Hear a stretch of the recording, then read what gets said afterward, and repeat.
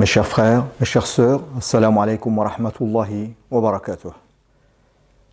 En regardant Surat Al-Isra, qui est le numéro 17, je constatais, en comptant les lettres de cette sourate, que la lettre Jim se répète 85 fois.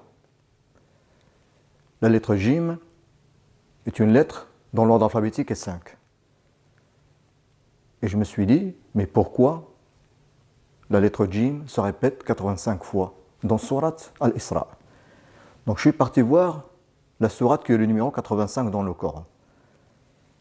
En effet, c'est Surat Al-Buruj. Si vous regardez bien le nom de cette sourate, Al-Buruj, elle se termine par la lettre Jim. Et ce qui est encore plus étonnant, c'est que le premier verset, Bismillahir-Rahmanir-Rahim, Was-sama'i dhatil buruj, se termine par la lettre Jim. Et c'est la dernière, ou c'est le dernier verset du Coran qui se termine par la lettre Jim. Mais ce qui est encore plus étonnant, c'est que Surat Al-Buruj, qui est le numéro 85, est la seule sourate du Coran qui se termine par la lettre Dha. Et la lettre Dha, à l'ordre alphabétique, 17. Et si vous remarquez bien, 17, c'est le numéro de Surat Al-Isra, d'où on est parti. Donc il y a une relation entre le nombre 5, 17 et 85.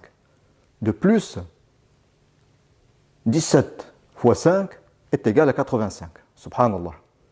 Maintenant, il y a encore un autre lien entre Surat Al-Buruj et Surat Al-Isra. Surat Al-Isra est la sourate du Coran où le mot Coran se répète le plus de fois, puisqu'il se répète 11 fois. Mais pourquoi le Surat Al-Buruj? Surat Al-Buruj est la dernière sourate du Coran où nous avons le mot Coran. Maintenant, regardez bien.